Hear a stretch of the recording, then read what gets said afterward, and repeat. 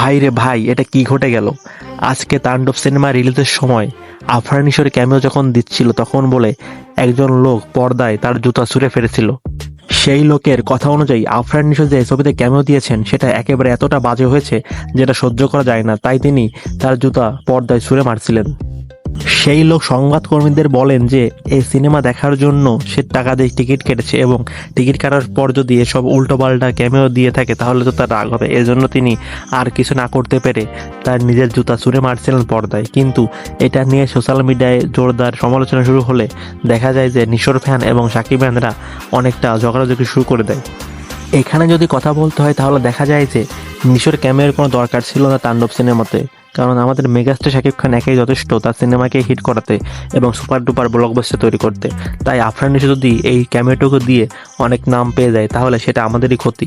আর শাকিব খানরা কোনোদিনও চাইবে না যে আফরান নিশো এইটুকু ক্যামেও দিয়ে শাকিব খানের সমান নাম কামাক। তাই আমি বলবো শাকিব খানরা সবাই এখন এবং প্রতিবাদ করুন যাতে এরকম বাটপারি কাজ রায়হান রাফি আর সামনে না করতে পারে।